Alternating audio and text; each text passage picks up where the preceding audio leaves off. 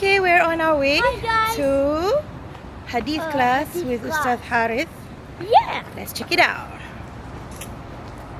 Check it out. Check it out. Check it out. Check it out. This is the place where we're going to get the best knowledge on earth. Selamat datang ke Butik.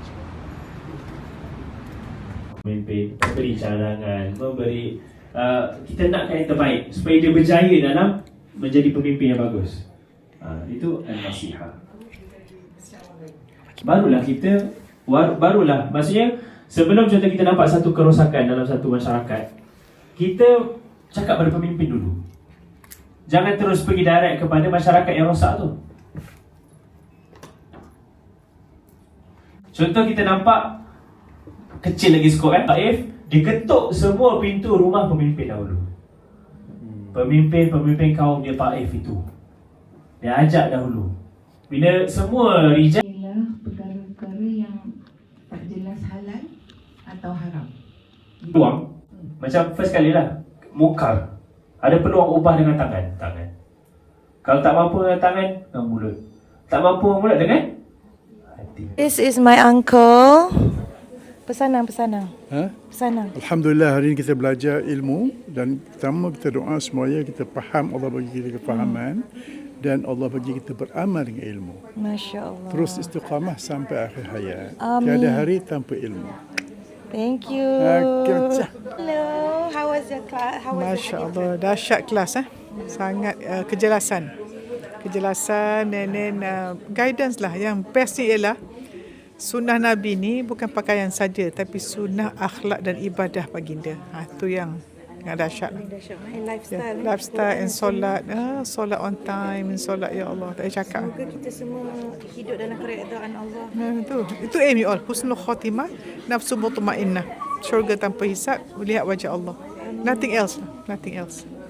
Okay, Alhamdulillah. So the class was really good. Of course lah, kelas hadis, kelas Quran ni akan sentiasa memberi manfaat yang sangat-sangat besar dalam hidup. Memang barakah of learning Quran, hadis.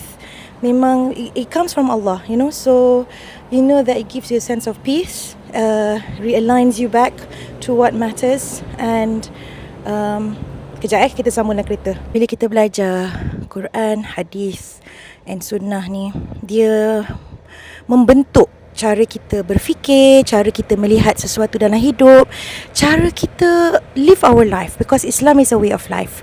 And paling utama adalah sebagai ibu, sebagai ayah, adalah kita kena ada framework yang betul. Kita kena ada world view yang betul, yang mengikut program yang macam mana Allah ciptakan kita. Excuse me for that. And so hari ni kita belajar hadis ke-8 from Matan Arba'in, kan, hadis 40 Nawawi, Imam Nawawi punya compilation. So tentang kehormatan seorang Muslim.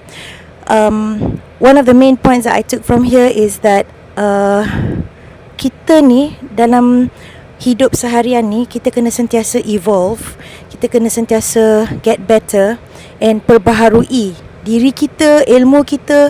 Dan kalau kita jatuh, bangun balik.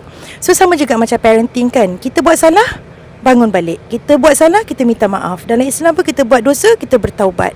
And proses ni dia adalah ongoing. Dan semoga kita semua hidup dalam keredaan Allah, and kita sentiasa ingat hakikat hidup kita ni sebenarnya adalah untuk ibadah. And we want to go back and see Allah, insyaAllah. Okay, Assalamualaikum.